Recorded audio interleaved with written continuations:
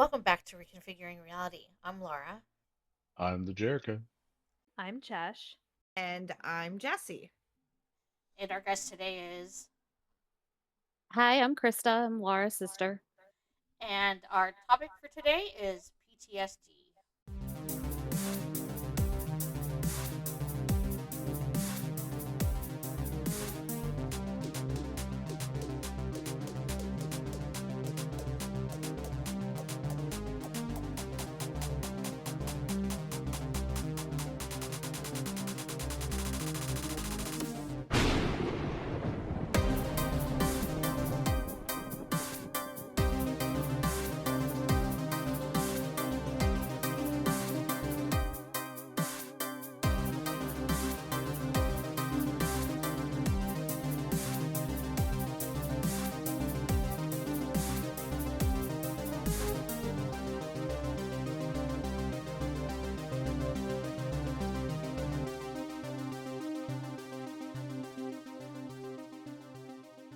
So there's 5 types of PTSD. There's normal stress response, acute stress disorder, uncomplicated PTSD, comorbid PTSD, and complex PTSD. Okay, but what is PTSD? What is comorbid PTSD? So I got this. Sorry, that's the one that caught my Post-traumatic attention stress the most. post-traumatic stress disorder or PTSD. It's a mental health condition that is triggered by a terrifying event, either experiencing it or witnessing it. Symptoms can include flashbacks, nightmares, severe anxiety, as well as uncontrollable thoughts about the event. Most And people who go through traumatic events have a uh, temporary difficulty adjusting and coping. okay, you can stop reading the Mayo Clinic website.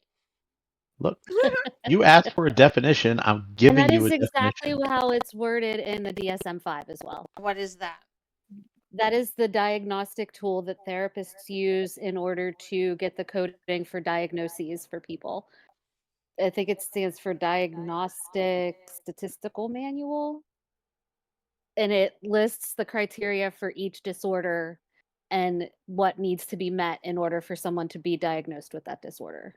Yes, it's known as the Diagnostic and Statistical Manual of Mental Disorders, 5th edition, hence DSM-5. So you know how I listed off the was it 9 different criterias for borderline, Mm-hmm. and you have to meet 4 or 5 of them. Mm-hmm. So that's, I think, in there, right? And if you check off 5 of them, but they'll also do, at least in my experience, you may check off 5 or all 9, but they're still going to have you take like those hour-long tests where it asks all these questions and you have to answer them, and then you do like 2 or 3 of them. It's a long process. Yep. So I have some It is, trivia. because just because you meet the criteria doesn't mean that you necessarily get the diagnosis, because it could be something else. Yeah. I have What's your I trivia? have trivia. Don't look it up, anybody. Does anybody know when PTSD became an actual mental health diagnosis as PTSD? Oh, so not when they called it like shell shock back in like the Correct. Here, I'll make it um multiple choice if you'd like. well, so can we just pick like a decade, or you want like the year? Oh, the year. Oh, okay, multiple choice then. Multiple choice it is. A, 1939. B, 1945. C, 1980. D, 1994. I say 94 because the first 2 was during World War II and they still called it shell shock. I agree with Jess. Chesh? And I should know the answer, but You should know the answer. No, I agree with Jess. Jericho? What year do I think it was? Yes. I thought it was somewhere between 40s and 50s, so I'm going to go with that one. Okay, and you all fail. What is the 80s? It was 1980. It was it became a mental health diagnosis in the DSM-3, which was in 1980. It went through a lot of name changes. Yes, it did. Mm-hmm. Yep. And so, they're kind of changing it now too. right. It doesn't always get called PTSD anymore. So in 1914, when World War One started, between that era, 1914 and 1918 is World War One. It was called shell shock. In World War II, 1939 to 1945, it was called combat stress reaction or battle fatigue. And See, I knew that answer. I just couldn't remember it because of Band of Brothers. yeah, oh, I've never seen it. I don't know what that is. Like I know what that is, but I don't. Yeah. In 1980, it was added to the DSM-3 as PTSD. It was revised and changed constantly because of research. It was revised in 87, 94, 2000, and 2013. And most recently, it has been added to its own, like not its own, but a new category in the DSM manuals because it is no longer considered an anxiety disorder. And it is now in a category that is called a trauma and stressor related disorder. Yeah, so you can't be born That's with what it's called. PTSD. Hmm. It's not like a chemical imbalance that causes it. Right.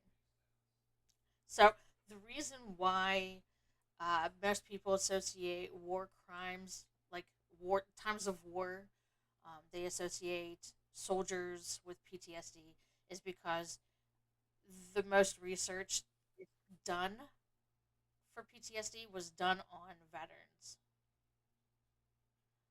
But they also did research that involved Holocaust survivors and sexual trauma victims to help shape the whole PTSD. I mean, it's also because they have the most pronounced cases of it, right? Mm-hmm. Like when I talk to my therapist about it, like most people's trauma that they go for, whether like childhood trauma, abuse, sexual abuse, whatever it is, it all falls under PTSD. It's just it manifests differently, right? Like instead of having the classic like breakdown episodes where something triggers them, they get flashbacks or they break out into violent episodes or whatever it is, it's not even always self-destructive. It could just be a form of like deep-seated anxiety. Mm-hmm. Like that's what I have, for example. Like when I think I'm in trouble, or the potentiality of me to be in trouble exists in a like authoritative way, like if my boss, I think I'm gonna get reprimanded or whatever, even if there's no actual evidence to suggest this, but I have a hunch based on the patterns I see or whatever, I will get this tight knot in my stomach and my chest, and I'll be running on adrenaline, and my nerves will be out of whack, and I won't be able to sleep right until I get over the hump of whatever I think is going to happen. And once it doesn't happen, then I'm just like, oh, okay, yeah, it's back to normal. But I can't control it. It's like an irrational fear that just grips, and it just goes, and it just annoys the crap out of me. So, So that kind of fits into the 5 different types. Right. I'm curious as to whether or not we are all diagnosed with PTSD. All of us. I All five am. of us. Well, I'm okay. diagnosed with it. So Krista, would you like to diagnose me? No, I'm kidding. well, So Chess does not have a diagnosis. I don't have a Mm-mm. diagnosis either. I'm sure I probably have that's it. It's just fine. crazy. We Right. chalk it up to that and move forward. We don't have a diagnosis.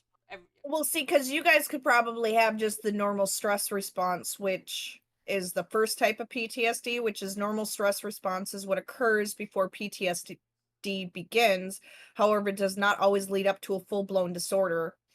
For example, events like accidents, injuries, illnesses, surgeries, and other sources of unreasonable amounts of tension and stress can all lead to this response. Typically, normal stress response can be effectively managed with the support of loved ones, peers, and individual or group therapy sessions. Individuals suffering from normal stress response should see a recovery within a few weeks. So that's like a mild form. Well, I think it's a precursor too. So it's just like Yeah, so it's just it's a like stressful a what is situation. it called? It's a risk factor, let's say. Like if you don't catch it, So is there like in the diagnosis of PTSD, is there a time frame? Like I have stress and anxiety for 2 months. Do I have PTSD? I thought there was like a time frame There that is. it had to fall within, and I'm not finding it in here. Yeah, there is. I don't know if you have a section in there for. Are you looking at 5? DSM-5? DSM-5, yeah, Okay, so post-traumatic stress disorder. In 1952, the DSM-1 introduced a section called the gross stress reaction, and it talked about stressors and stuff for that lasted for less than 6 months. So, from what I'm gathering, they use 6 months Oh as yeah, the baseline. Anything over it's 6 right here. months Yeah. would be PTSD. If the full diagnostic criteria are not met until at least 6 months after the event, although that's the late expression of PTSD. So you can have it where you experience the event and you're going around and everything's fine and normal and dandy, and then like 7 months later you start to have all of these symptoms of PTSD, and that's delayed expression of PTSD. Did you know that in the DSM-2 in 1968, it got switched from gross stress reaction to adjustment reaction to adult life? And there were 3 examples of trauma listed, and only 3. Do you want to know what they were?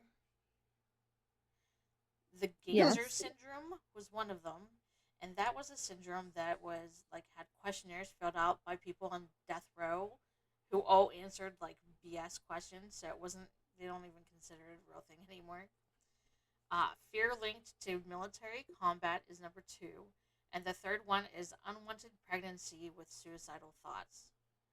Those were the 3 examples of trauma listed in the DSM-2 in 1968. Now they list traumatic events such as war, natural disaster, sexual harassment or sexual assault, physical abuse, and bad accidents as some of the leading causes of PTSD. I'm sorry, bad what? Accident? Accidents. You Yeah, so cut out for me. Sorry. have you ever heard those strange Good. cases like someone who's like terrified of cotton balls? Right? That's a Uh-huh. PTSD reaction because someone's in a body cast for a year and the constant noise of scratching and the uncomfortability and everything just brings the entire trauma of the event. And it just, in order to handle it, their psyche latches on to the cotton. And Well, so they're terrified of cotton balls, even though rationally there's no reason to be. so does that kind of fit into you know how like there's a whole generation of people who will not drive behind a semi carrying logs? Uh-huh. I'm being serious. I cannot do it. I see it. I will pull over until I can't see that fucker again.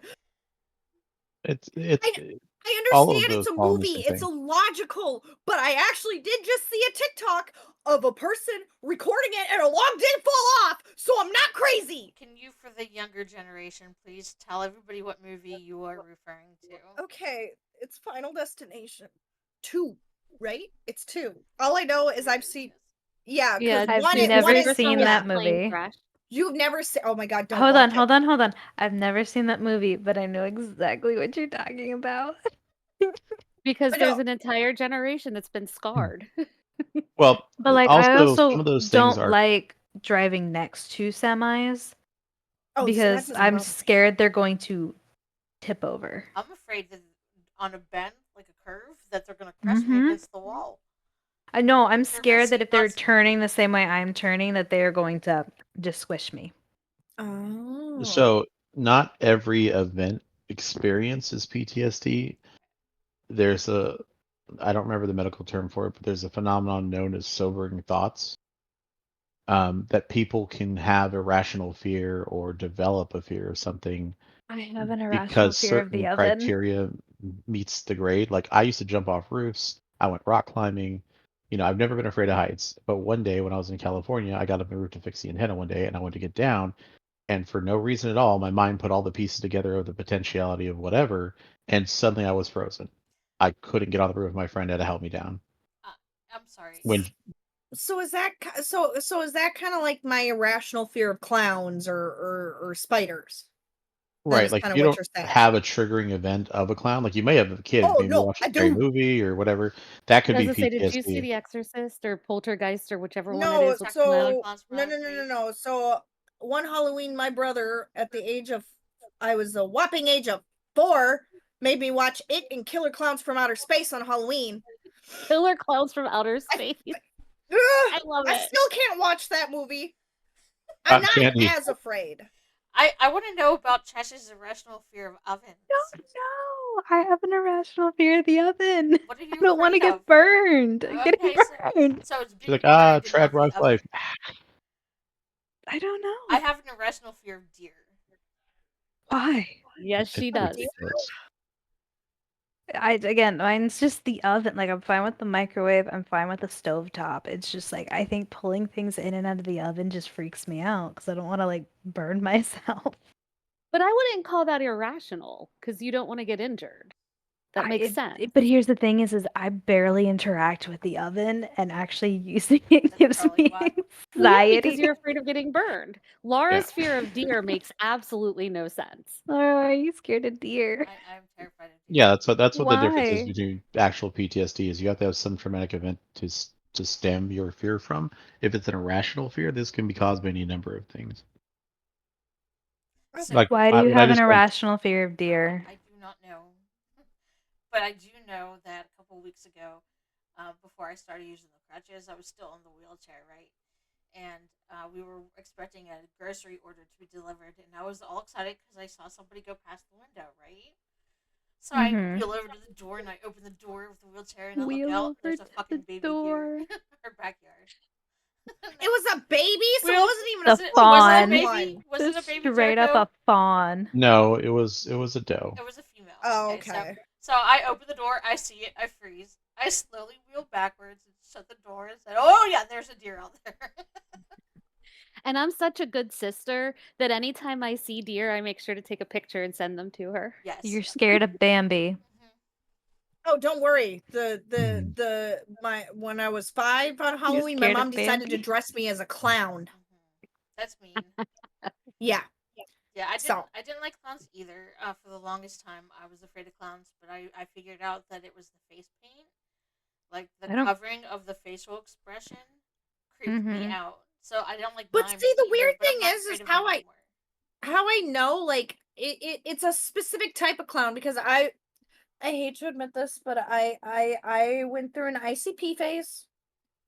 I hate to admit this. I don't know Wow, what they that get good is. music. Insane Clown Posse. As- It's a musical group. Okay. Yeah, some music is good, yes, but I was fine with like their face paint and them, but it's like the circus clown With John where Wayne it's like the Gacy. John Wayne Gacy, Yeah, you're the talking about Bobo clown makeup where it's yes, like bright colors, red nose. that So there's a scares me. certain season of American Horror Story we can't watch then. I was the Yeah. one with that clown. Well, no. I actually can watch that one. Really? Because for some reason I think it's really cool that he has the mask and then he takes it off and his fucking jaw's gone. Anyway, sorry, spoilers if you haven't seen that season. Jess ruined it for me. Are you still Oh. afraid of birds? Not as afraid of birds. Ravens and crows have changed my mind because they're really, really smart and they're really, really cool. And so I'm Crows are not really as smart. afraid of them. But it wasn't so much an irrational fear, though. I was afraid they would fly and get stuck in my hair, which makes no sense, but is still, like at least there was a Isn't that the reason I was definition of scared. irrational Well, fear? so not to like feed into your irrational fear, but I decided to play in a blue jay to be precise, and this is why I hate blue jays. And it went and it pecked me on the top of my head, and then its feet got caught in my hair. So it's Yeah, possible, see? but unless you fuck with their nests, most likely isn't gonna Well, happen. I'm not gonna mess with their nests, so I think Jesse, I'll were be you okay. fucking with the bird nest? I was like 6 climbing a tree, and I wanted to see the baby birds. Yes. Oh, well, see, that's not gonna be an issue because this doesn't climb trees. So This doesn't climb trees. as I've gotten older, I'm afraid of less. Like there aren't as many things that scare me, but I absolutely, like I said, I have been diagnosed with PTSD, and there are definitely certain situations that I can feel that panic coming on. Like Jericho said, like you start to feel like the knot in your stomach. In fact, it happened to me today.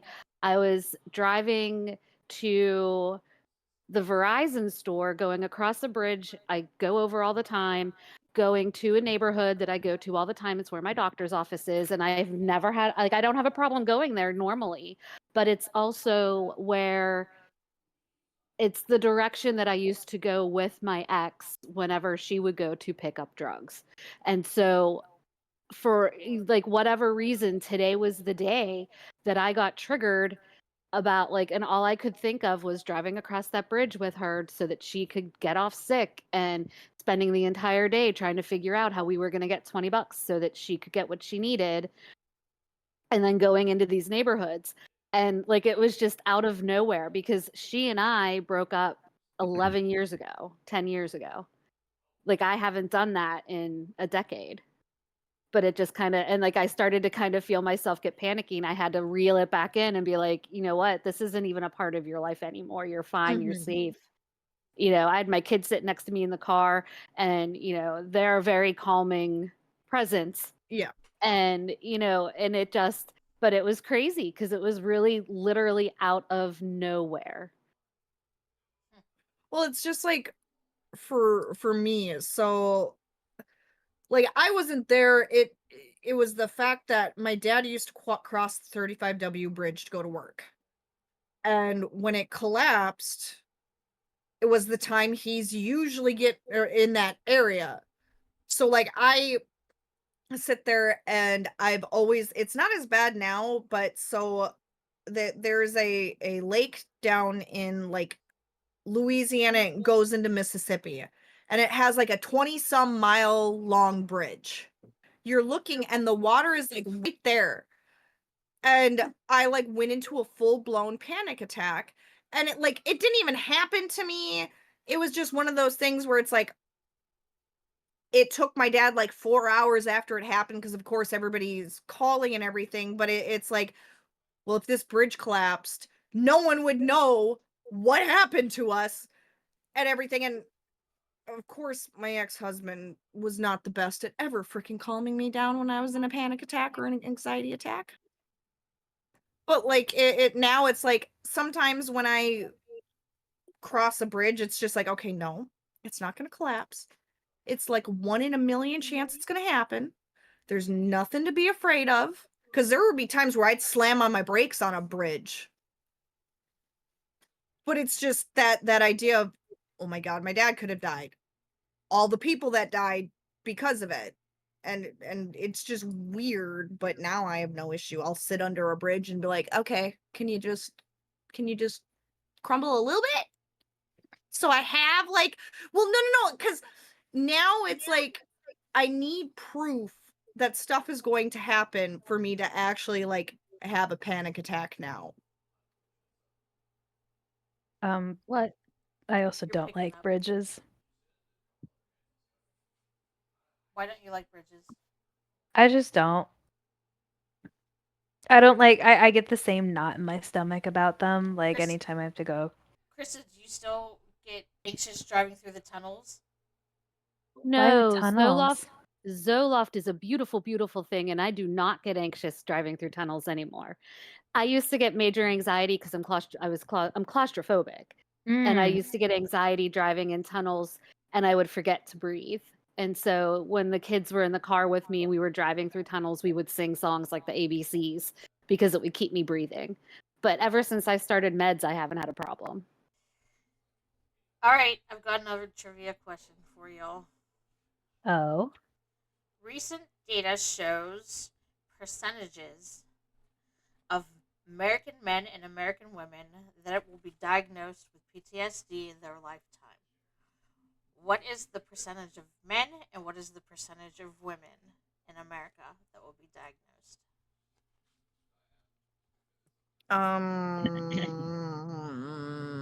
Can you make it multiple And it's choice?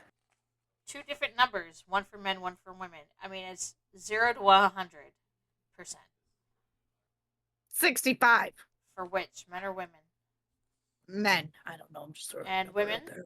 I genuinely don't know. Whatever the 35. other one would be. 46. No, it's two totally different numbers. 35%. You think 46. it's 65 and 35? Mm-hmm. Krista, what do you think? I think that it's higher for women. I think it's probably closer to 75 or 80% for women. And I would say it's pretty high probably for men too, but lower than women. So like I like the 65% for men. Okay. And Jericho, you agree with the 65 and 35? Yep, sounds about right. You guys will be surprised to know that about 4 of every 100, that's 4% of American men, and 10 out of 100, that's 10% of American women, will be diagnosed in their lifetime with PTSD. What's crazy though too is that might be just how many are diagnosed, but I guarantee you the percentages of people that actually experience PTSD is way higher. Yes. But there's still such a stigma on seeking mental health treatment that people just suck it up and suffer and just deal with it. Right. There's also still the large gender bias that goes into it too. Like men, culturally aren't supposed to complain about certain things, and because they're generally their emotional growth is stunted from an early age, they don't recognize that there's anything wrong, right? So like trauma to them is just this is how everyone is, or this is how my dad was, or my uncle was, or whoever. So they don't know to seek help in the first place. I would be interested to see with the men that are diagnosed how many, like, and granted it's only like 4%, which isn't very many, but of that 4%, how many of them are veterans or soldiers versus how many of them never served? Only because it seems that men who were in the service do get mental health treatment because they have no choice more than the average guy who hasn't served. Well, If that so makes sense. my ex-husband's prior military, so I actually do know a lot of Marines and Army because he was in both.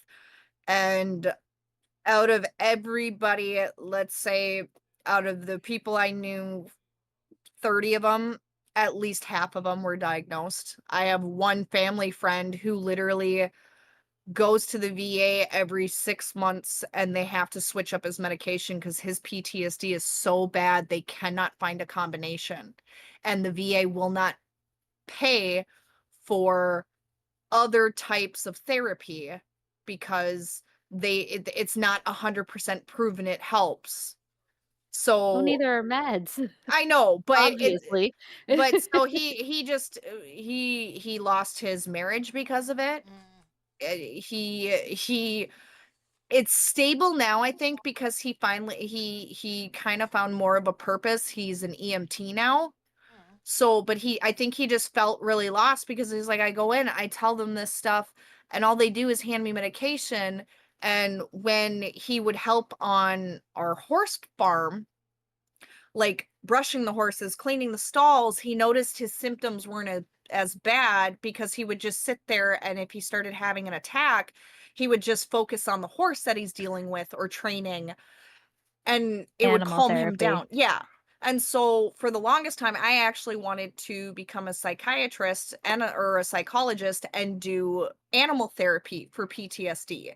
It's just a lot of work, and There's a lot of success in animal therapy for people who have a difficulty with medications. Not being that like, oh, if they in like your friend's instance of finding the right kind of combination of meds, and then even let's say no medication works, animal therapy has been very proven to be yeah. successful. And I mean, he went through a lot of therapists too, and trying to get a therapist through the VA or even just normal medical, like, for me, I was allowed with TRICARE. You needed a referral for everything except for a psychiatrist. So I was able to go get whatever psychiatrist as long as they took UCare or TRICARE. But in order to like do talk therapy, I would have to go to my primary care doctor. They would have to put in a referral letter to TRICARE, and then they get to pick which therapist you go to. See, I hate that a lot of the time for us to get therapists, it's, oh, well, who takes your insurance? Oh, well, who are you able to pay out of pocket for? When it should just be, I connect with this person calls me out on my shit, this person is able to help me. Like, insurance genuinely in my mind should not have a say in who you get to see. Well, for me, I guess I look at it as, because you hear all these horror stories from the Mhm. VA. For me, it's these people put their lives on the line, and we kind of just chuck them to the side because, oh, they're damaged goods now. They have PTSD. So let's just shove medications down their throat instead of finding what works for that individual person, at least in my experience. But I understand because there are so many, at least for what I've seen on my end, is there are a lot of people who are now able to, because yes, they are forced in the military to get evaluations, especially when things start, like a superior starts noticing, oh well, my sergeant is acting a little off, I'm going to go talk to him. Okay, no, you're having night terrors, we're going to get you checked out, because they care, because they've seen so many people go through it. Then it's not as, I don't think it's as bad as of a stigma, but in the military it also is though too, because a lot of times that's a discharge. And for these guys, some of them have been in for 10, 15 years and they don't know how to live in the civilian world. Does anybody know what the treatment was for shell shock in World War One? Shock Yes, therapy. Patton. It's an open hand slap to the mouth. Please tell me you're joking. That you're making a joke, right? That wasn't really what they did. Well, not as a But whole, shock but that therapy or an Patton was open hand famous slap for to it. the mouth? Yeah, Jericho slap to the mouth. No, really, it happened. There was a soldier suffering from PTSD. He went into the medical tent, walked up to him, and slapped him, and berated him for being a coward. Well, I have no idea what they would have even done back then, because I'm assuming there wasn't a lot of mental health medications. Treatment could consist of a few days Lobotomy. rest, hydrotherapy, electrotherapy, and hypnosis. Oh, so Wait, it was what right. do you mean by hydrotherapy? Like they Water so, therapy. Waterboarding. but like where? Waterboarding. So has anyone here seen Ratchet? Ratchet? Yeah. Well, The so Netflix show? yeah, I'm so just making sure. they sit there, and when I think of hydrotherapy, it's they either put you in a very cold or very hot bath, and they close like these doors on top of you, and you have to sit there for so many minutes. I could not. Is that do what you're talking about? They did not go into detail, Oh, okay. so I do not know. Well, That's wait. the In military shock general. therapy, you're talking where like they take things and put them on your temples and go. "Ugh." Electroshock, yeah. Mm-hmm. Yep. God. Now I What do they used to know do to women. I do know they do actually use that for some mental illnesses. They Now. do still use it, and I had a patient at my weekend job who, due to catatonia and I forget what else, that's what they elected to do for treatment because none of the other treatments were helping. Mhm. And yes, so they do still do ECT. But it's a very it's not as widely used It's from. not, yeah, and it's not as barbaric as it used to Well, no, be. because it's very centralized now too. Like they centralize like a specific part, but I don't understand. Like I don't understand it. Things work. During World War I, that's what they did. Mm-hmm. Did they change it during World War II? World War II treatments focused on the PI principles, which is proximity, immediacy, and expectancy. So I'm guessing it was more like talk therapy. Let's get it done now. Get them rest so they can get back out there. It's more about changing location. So if you have some guys like I can't handle being on the front line anymore, they'd shift into a back or a less heavy combat area to give them time to rest. But in World War II, if you were in the middle of trench warfare, good luck. Well, It okay, just would be so miles of hell before you ever got anywhere near rest. I since you mean, it's not as haven't, bad as World War One, but it was still bad. yeah, so if you haven't seen Band of Brothers, there was a officer who actually they were in Bastogne, which literally was Germany was on one side, they were stuck, they were literally surrounded in a tree area. And there was an officer who they moved away from it, but his PTSD was so bad he literally was catatonic and they had to ship him home. So that's why I was wondering if there was anything more, but Now treatments are largely the same. Mental health treatments were largely grouped together back in the day. That's why you have a lot of people They're who were men like and they need to. low functioning autistics who were put in insane asylums. There were still officers that didn't even believe in, battle fatigue. That wasn't a thing to them. Well, no, You're because just they're too men. weak and you're a coward and Exactly. yeah. Exactly. Yep. And now we have so many different types of medications that help with so many different functions, I guess. And if Well, anxiety needs treated, they're going to help you with anxiety, and with PTSD, you know, um, anxiety and antidepressants are two of the main meds that they treat with. The thing too is it's just like people have different body types and not all medications, diets, and things will work for them. The same thing goes with mental disorders. You can have two people with the same exact type of PTSD, but two very different ways of treating them. Like for me, my trauma and what I went through for as a young person, my ability to analyze and compartmentalize things allowed me to largely ignore all of that. Like there were underlying symptoms that only as an adult and with the help of a trained professional, I was able to recognize as more than me just being me. But my day-to-day activities didn't set me aside. Like no one would have known that I suffered the trauma I do. Like when I would tell people about my past, they'd look at me like, how the hell are you still sane? And I'm just like, I don't get what you're talking about. Like you just deal with it and you move on. But there are people, in my younger year, I was much crueler towards people who would, in my eyes, whine and complain about their disorder because I was like, I went through that and worse. Why are you complaining? Just dust yourself off, get up and move on. But it's different, right? They wore their emotions on the outside and uh, they dealt with those pains in real time, whereas I suppressed all mine and I buried mine, so they manifested in different ways. And so back then it was the same thing. Even today, when you look at history and you see these heroes who like ran in Vietnam and they got blown up and shot 127 times, and you're like, these guys were supermen. Yeah, but they're the same guys who can't sleep more than 2 hours a night and always never have their back to the door, and just stuff like that. Well, it's also kind of like I have a lot of siblings, and we were all kind of treated the same by my mother. It's just like I have a laundry list of issues with me, but my other ones don't. Like my siblings, some of them have like depression or this, that, and other things, but you can't sit there and say, oh, well, all PTSD is the same. Right. I do have a treatment list here of PTSD, and number one on this list is actually self care.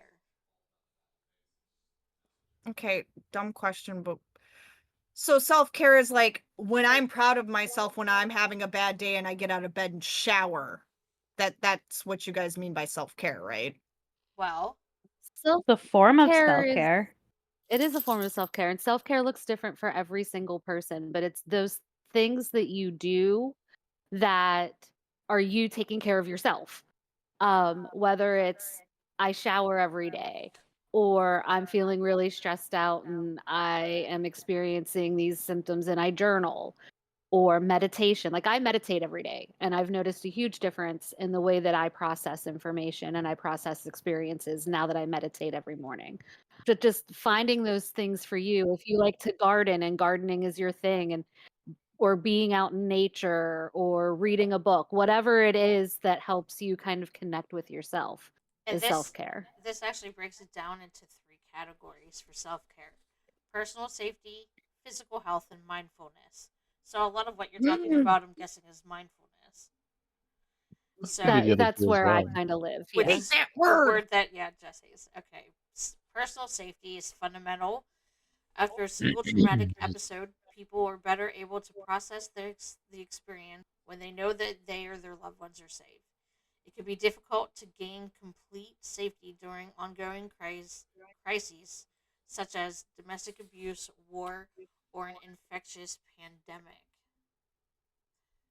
During such ongoing difficulties, people should seek the guidance of experts on how they and their loved ones can be as safe as possible.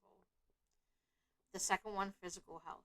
Physical Uh, health can be put at risk during and after traumatic experiences. Everyone should try to maintain a healthy schedule of eating, sleeping, and exercise. Drugs that sedate and intoxicate, for example, alcohol, should be used sparingly, if at all. So that's your. I got out of bed and I showered. Straight up, just sedate me. Yep. Like everybody makes Straight fun of up, me. Like not sedate everybody, me. but there are some people who it's like, and I I've definitely learned do. not to tell them where it's like, hey, I took a shower today. And they're just like, okay, and Well, there's it's funny, but for us of the older generation, a lot of what people consider to be traumatic or poor parenting or abusive parenting and things back in the day, how they raised kids, people forget that a lot of the reasons those older tactics worked is because they relied on people's fight or flight and push people in the corners, and uncomfortable situations would improve their behavior, their focus, or whatnot, because they're trying to avoid something that's more traumatic than whatever it is that's being presented to them in the instant.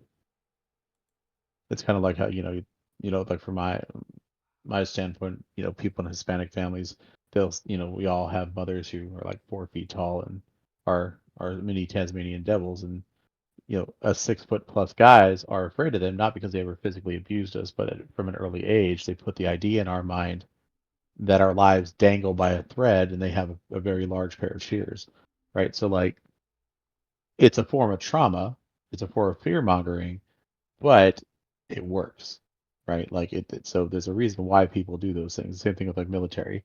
They're very aggressive, they break you down, they mentally push you to your breaking limit and sometimes past that because they know that if combat ever happens, you can't stop for a safe space or to talk to somebody or to relay your emotions. You need to act first, then worry about the consequences later.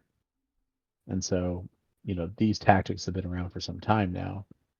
And I think a lot of people don't recognize that there's a difference between I'm training to go to war and die potentially versus I'm just going to the grocery store or I'm having a relationship. So, especially people from our older generations who are from the walk it off generation, right? Like it's hard to recognize what is bad or good mental health choices when your examples come from a different culture or a different time, right? Today's become much more progressive and woke and inclusive, and people are now thankfully talking about these things more. But it's hard to get those people who aren't of the newest generation.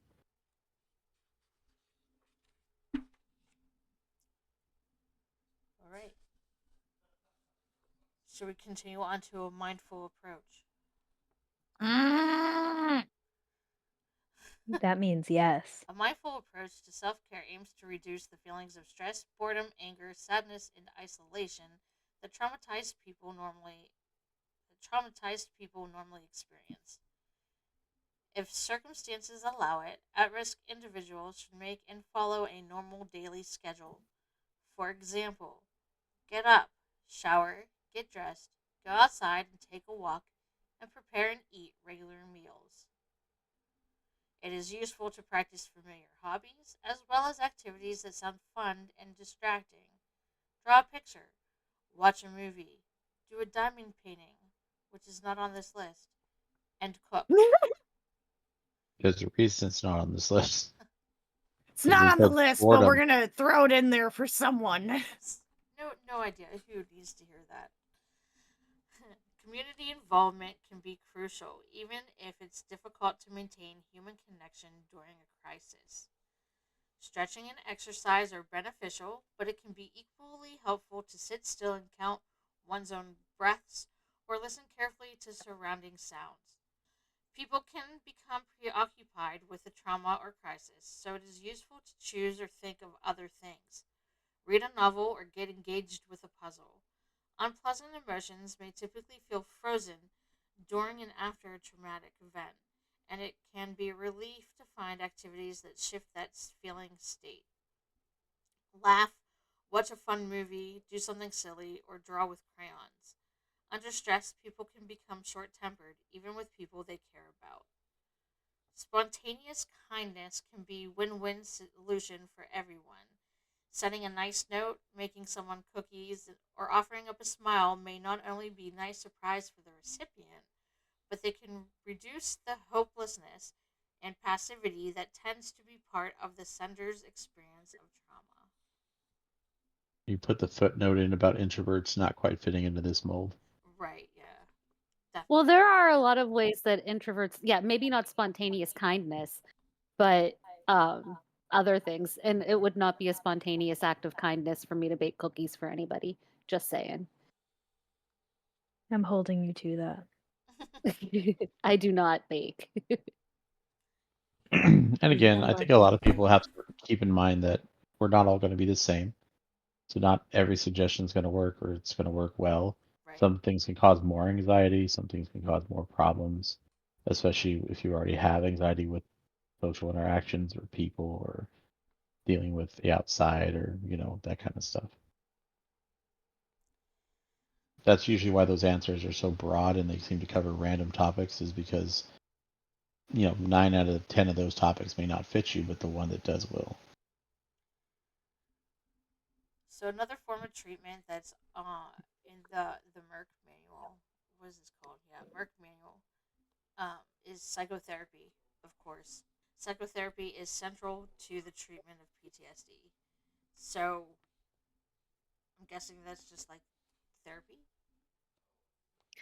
It is therapy, but there's a lot of focus now on trauma-based therapy, trauma therapy, using EMDR and other techniques like that, so that you're really addressing the trauma that happened that then causes the PTSD. So is it educational based? Yeah, there's psycho ed in there. Okay, so the first one says trauma focused cognitive behavioral therapy. CBT. Okay. So CBT, a lot of it is about retraining and like reframing what you're thinking of and retraining your brain and how you react. Watched a lot of House, right, sweetheart? Yes, yes. Do you remember the episode with the man who had the chronic pain in one arm? Mm-hmm. But he was missing. He only had one arm. The other arm was amputated, but he swear that he's in chronic pain constantly from the missing arm. Yeah.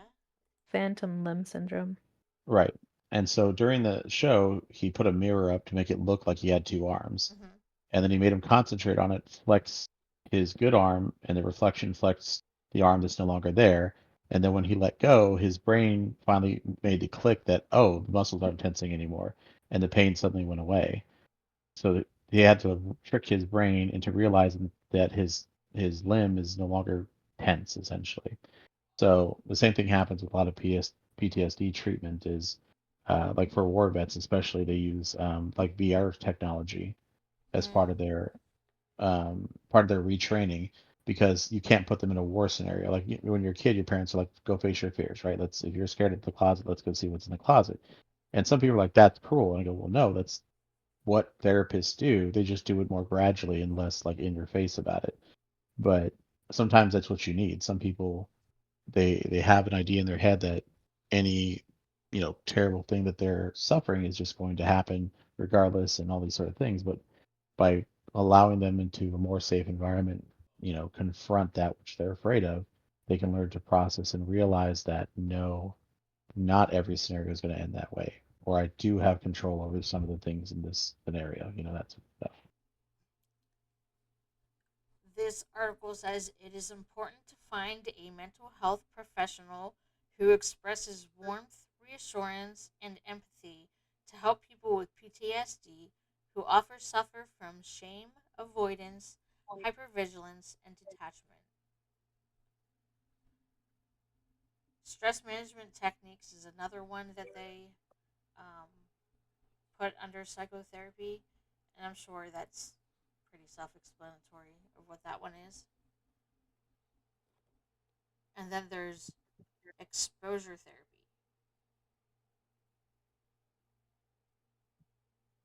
So I guess Okay, that would be the VR.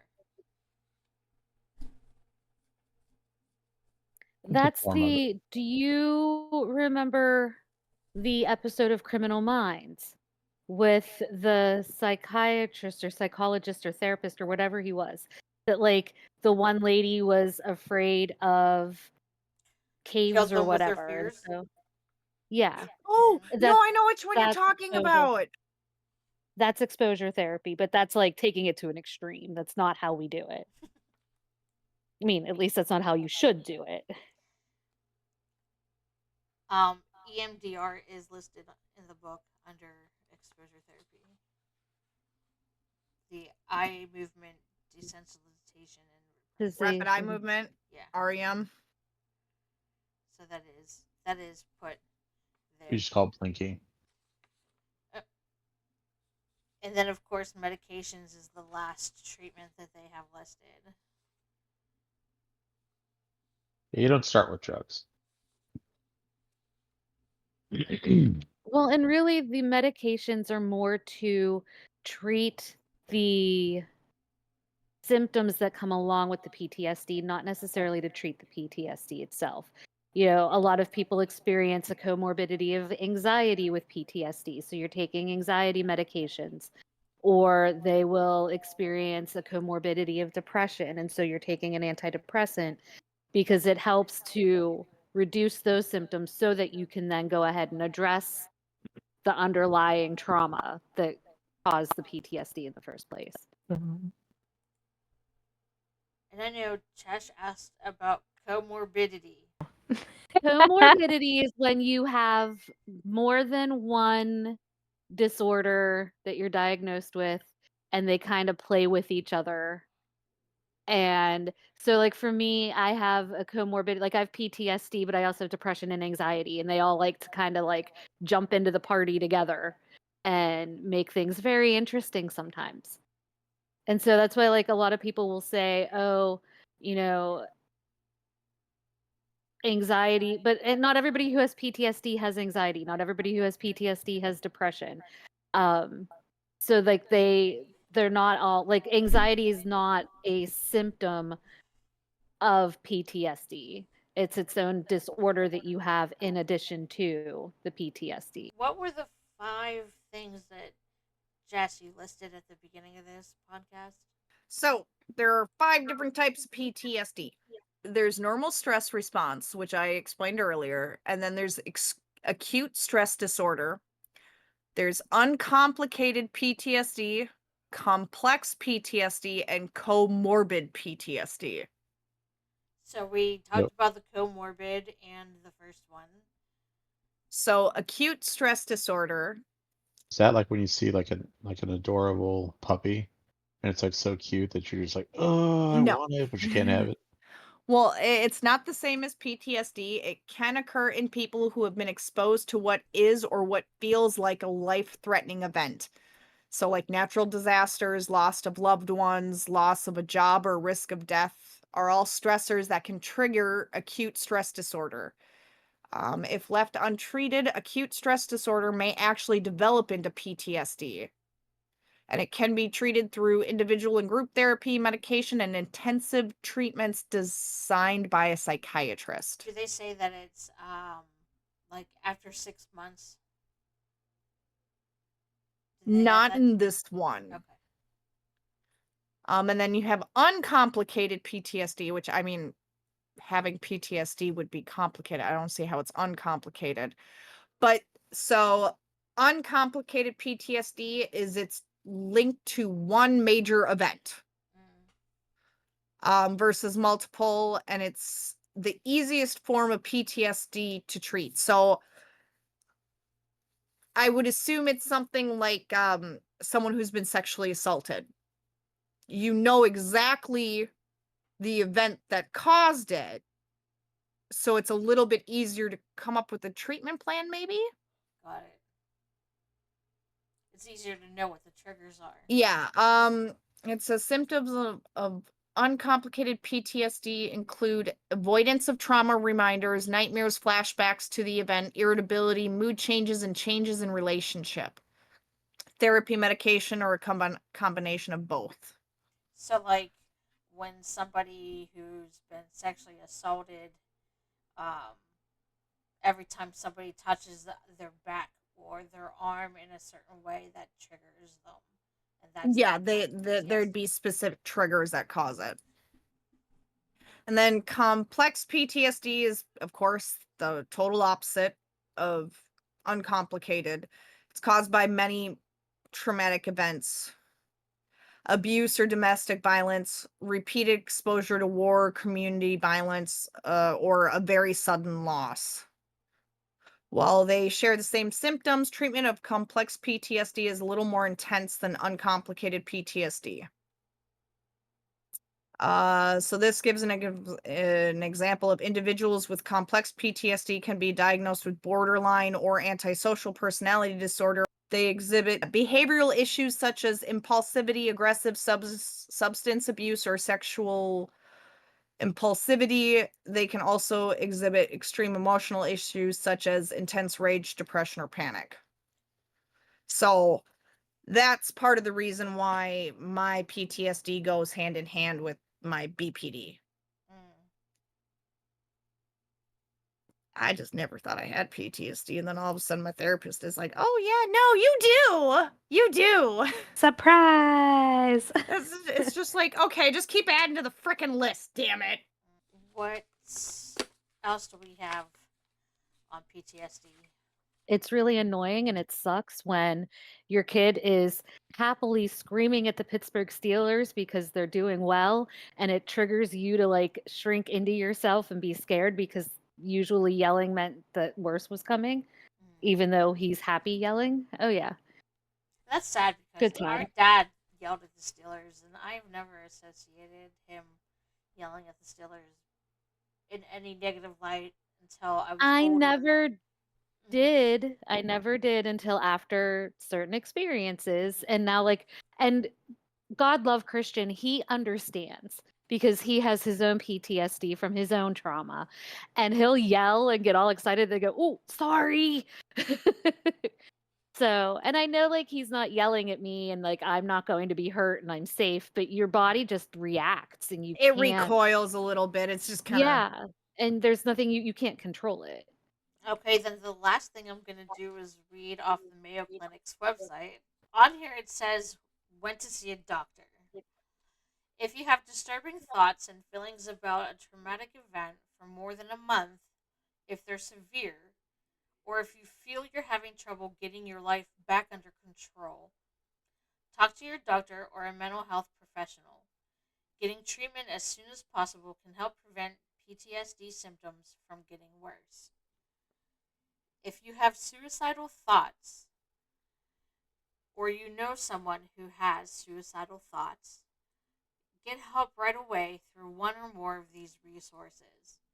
Reach out to a close friend or a loved one. Contact a minister, a spiritual leader, or someone in your faith community. Contact a suicide hotline. In the U.S., call or text 988 to reach the 988 Suicide and Crisis Lifeline, available 24 hours a day, 7 days a week, or use the Lifeline chat. Services are free and confidential. Make an appointment with your doctor or mental health professional. If you think you may hurt yourself or attempt suicide, call 911 or your local emergency number immediately. If you know someone who's in danger of attempting suicide or has made a suicide attempt, make sure someone stays with that person to keep him or her safe. Call 911 or your local emergency number immediately. That's going to be it for today's podcast. Thank you for listening. Don't forget to like, subscribe, and comment below. Bye. Bye. Bye.